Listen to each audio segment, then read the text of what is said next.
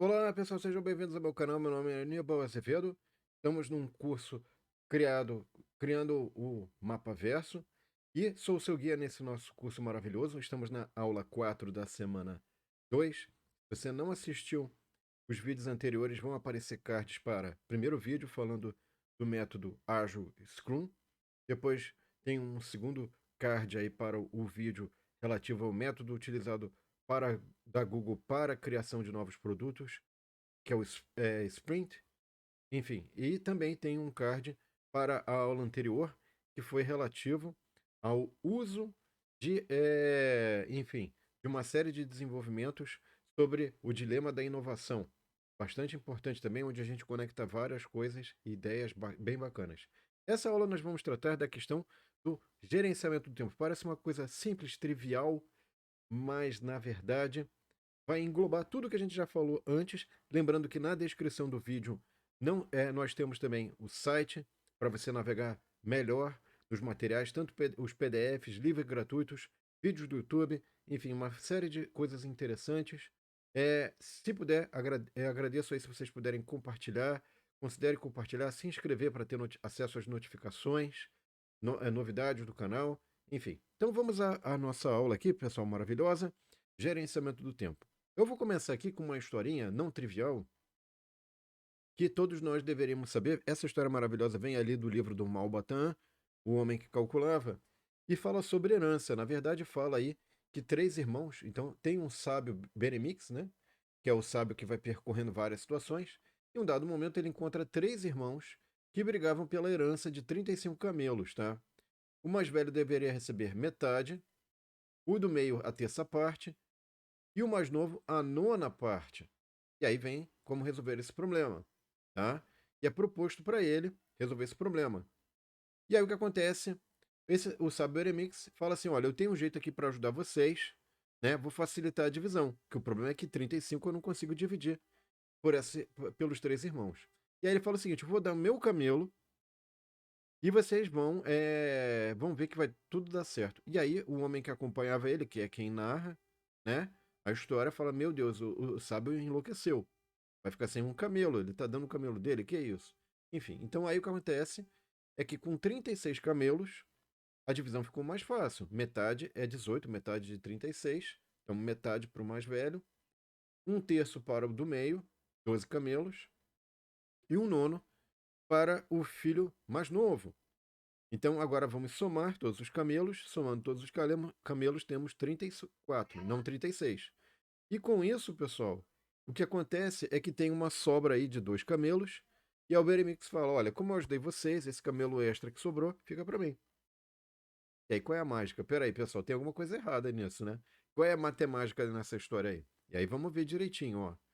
Se você somar as frações, isso é 0,5, tá certo? Então vamos lá somar as frações, ó. Somando as frações, isso aqui é 0,5, 0,33 mais um nono, isso vai dar 0,94. Ok, pessoal?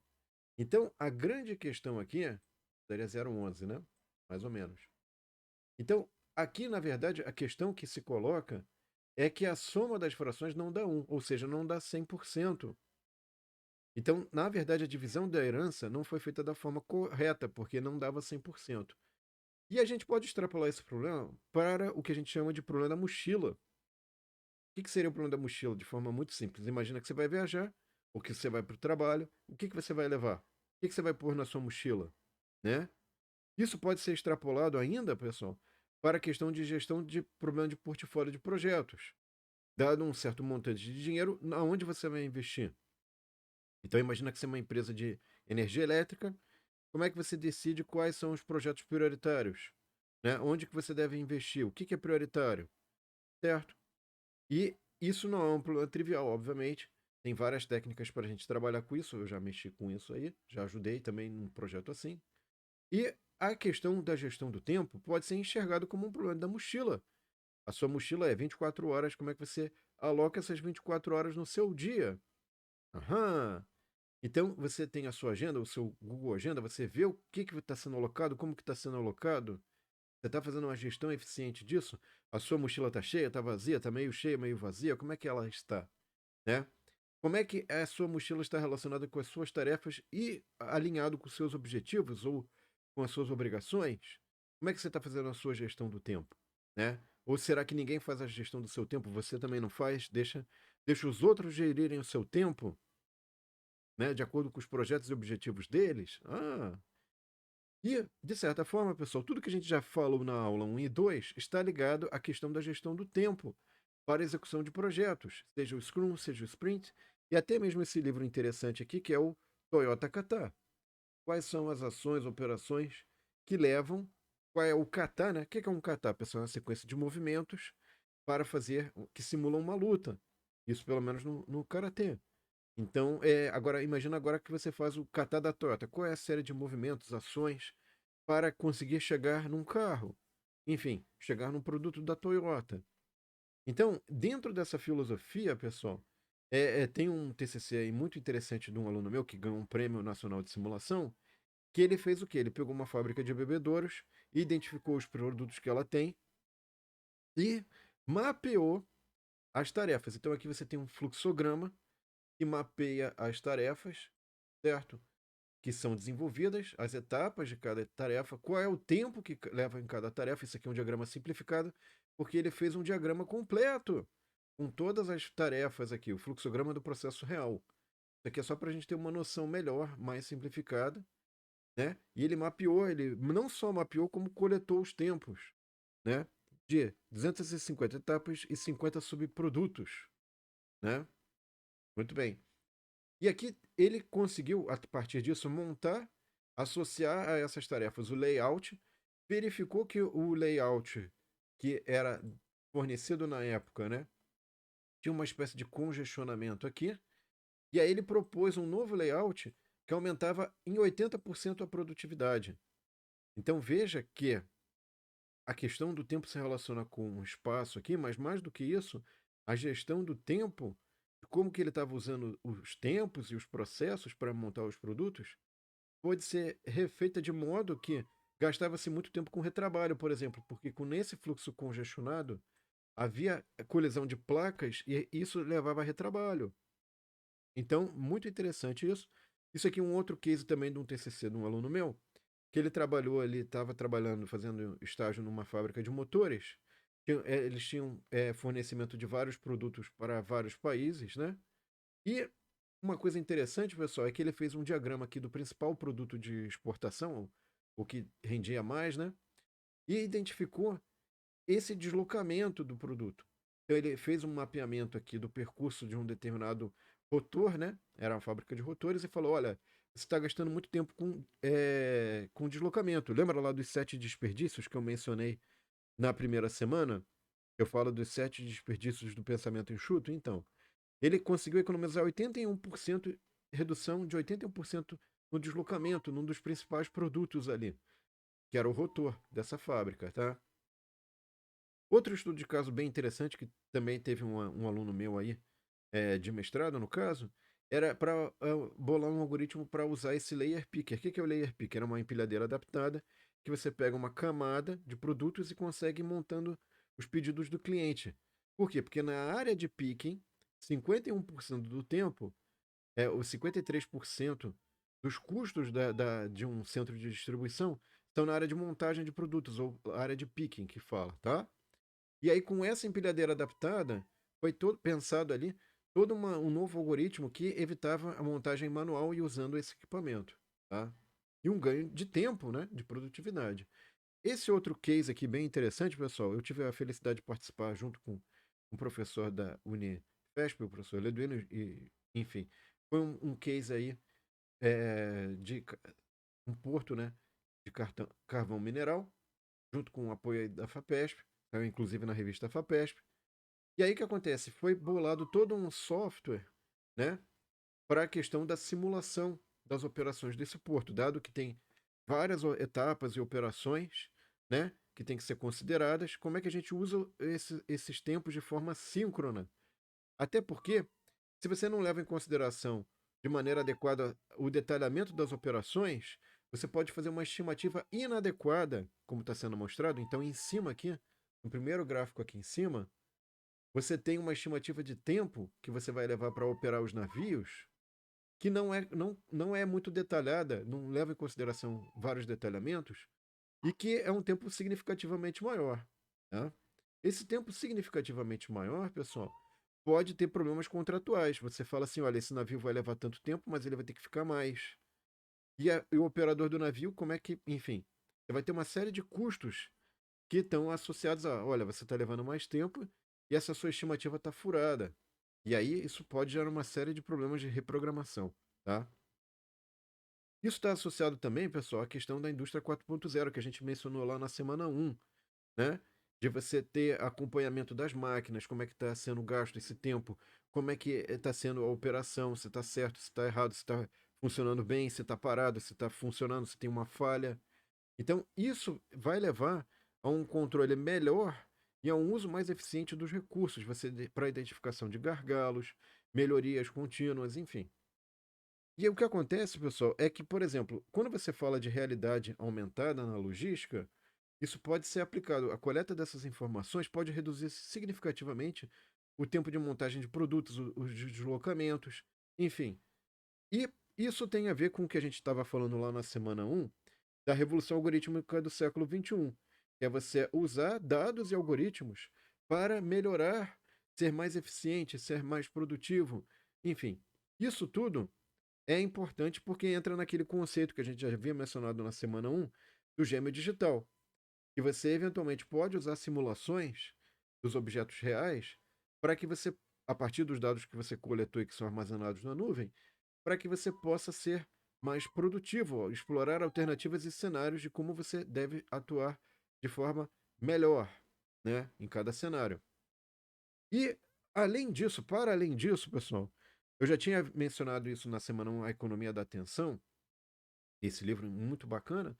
A gente tinha também falado da questão não só da economia da atenção, mas agora eu quero mencionar uma coisa muito importante que o Abraham Lincoln fala, que é a questão de: se eu tivesse 8 horas, eu gastaria essas 8 horas, 6 horas afiando o machado, ao invés de cortando a árvore.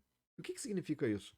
Significa que muitas vezes você chegar e ser muito eficiente no uso das suas horas para fazer os projetos não é suficiente. Você tem que pensar se aquilo deveria estar na sua agenda ou não, tá?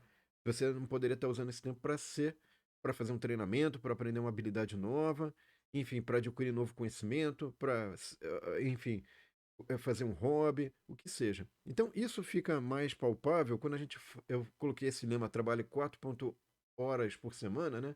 Uma referência à indústria 4.0, mas também ao livro Trabalho 4 horas por semana, e ao Pai Rico, Pai Pobre. O que o Pai Rico, Pai Pobre fala, pessoal? Em vez de trabalhar duro por dinheiro, ou seja, nossa, eu estou trabalhando um monte de horas e está rendendo nada, né? Ou pior ainda, eu estou trabalhando por dinheiro, sem um objetivo, sem um projeto, sem estabelecer uma meta para que eu seja melhor no futuro, né? Em vez de ficar trabalhando duro, você tem que trabalhar de forma inteligente, né?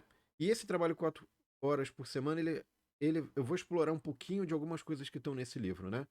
E aqui no caso do Pai Rico, Pai Pobre, o objetivo dele é a questão do fazer dinheiro de forma inteligente. Mas você pode, na verdade, trabalhar de forma inteligente para viver melhor, como está ali no trabalho 4 horas por semana. Então tem esse case que eu já havia mencionado, que é o programador que automatizou o trabalho e passou 6 anos sem fazer nada. É claro que tem um certo, digamos assim, isso, a reportagem tem essa chamada, né, para chamar. É que não é que ele trabalhou nada, né? Ele fez aí 50 horas de trabalho real.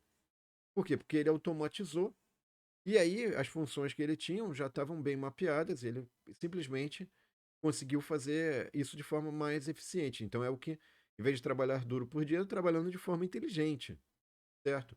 Então vamos pegar algumas dicas de produtividade que estão nesse livro Trabalho 4 horas por semana, pessoal. A primeira dica aí é você saber ou ter consciência da lei de Parkinson, tá? E tem um escritor britânico que ele fez isso em forma de piada, né, de brincadeira, que era: olha, o trabalho se expande de modo a preencher o tempo disponível para a sua realização. Então significa o seguinte: se eu tiver 10 horas, eu vou gastar essas 10 horas para fazer o trabalho. Se eu tiver 2 horas, eu vou gastar 2 horas para fazer esse trabalho. E aí vem a questão: quanto mais tempo eu tiver para esse trabalho, mais importante e exigente o trabalho parece. Ou seja, de acordo com essa lei, quanto mais tempo livre, né? Livre no sentido de, ok, eu peguei esse cara aqui e vou falar para ele fazer 10 horas com esse trabalho. Só que se eu tivesse dado 2, ele também faria, né? Então essa coisa da estimativa do tempo, essa briga, né? É uma coisa assim, olha, vamos botar 2 horas, vamos ver se a gente consegue fazer? De repente dá certo, de repente não. Enfim, é algo interessante a ser estudado, pesquisado, testado. E aqui tem uma versão gráfica do que seria essa lei de Parkinson, né? Que eventualmente você gasta esse tempo aqui e acaba que esse esforço que é inicial aqui não é mantido ao longo do tempo, né? E o trabalho vai se expandindo para preencher todo o tempo que foi dado, né? Enfim. E aí vem uma questão importante, na verdade, pessoal, que é a questão da eficácia versus eficiência, né? Então, eficácia é fazer as coisas necessárias para deixá-las mais próximas dos nossos objetivos, né? Eficiência é uma determinada tarefa, seja importante ou não, da forma mais econômica possível, né? Então, eficácia, vamos resumir aqui, tem a ver com métodos e objetivos seus, de preferência, tá?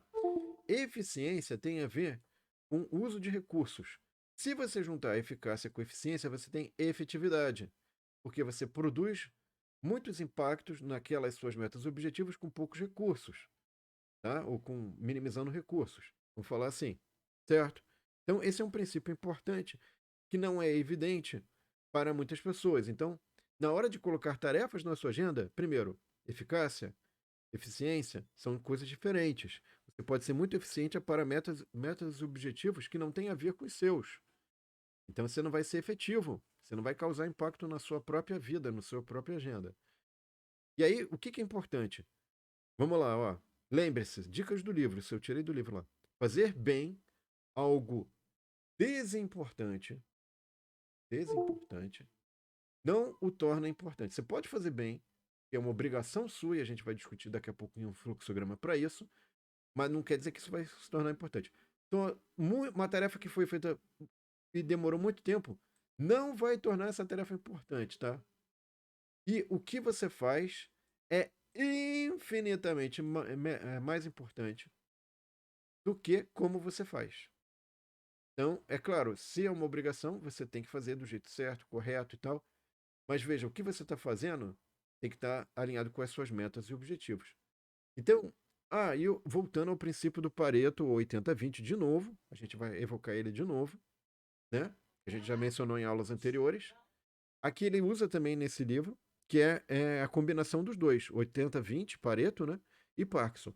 E aí ele fala o seguinte: olha, duas abordagens sinérgicas de produtividade. Olha só que loucura agora, hein? Eu vou ter aqui, ó.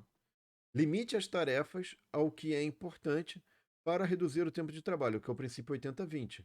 20% das tarefas tem 80% do impacto ou da importância, enfim, no produto final, ou no que você vai entregar. E encurte o tempo de trabalho para limitar as tarefas ao que é importante. Então você fala assim: eu estou fazendo uma tarefa, eu vou encurtar o tempo dessa tarefa. Olha que loucura.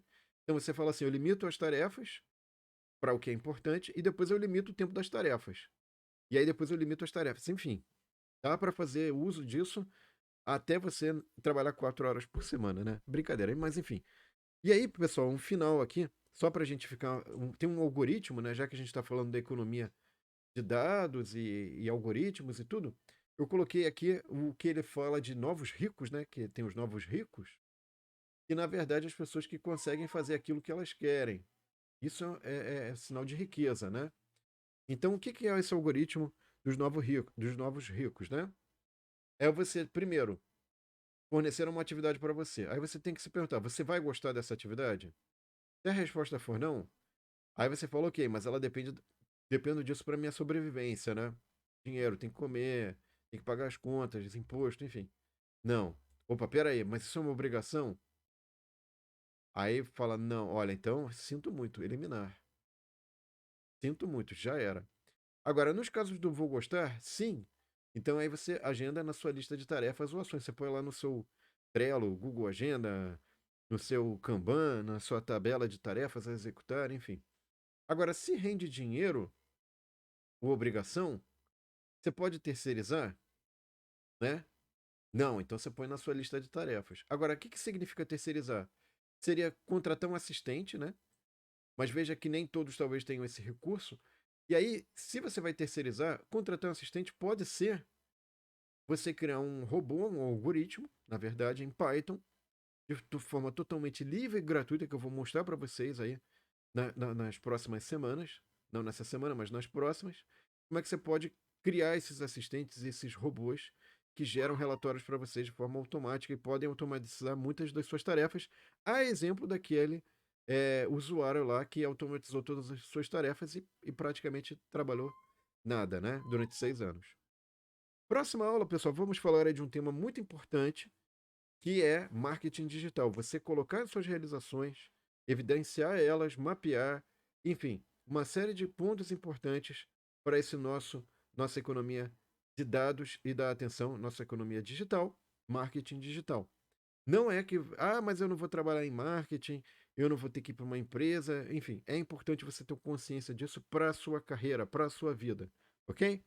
Então, agradeço a atenção de vocês, espero que vocês tenham gostado. Não esqueçam de curtir e compartilhar para que mais pessoas tenham acesso a esse conteúdo. Se inscreva no canal. Um abraço e até a próxima aula, então, pessoal. Até lá. Tchau.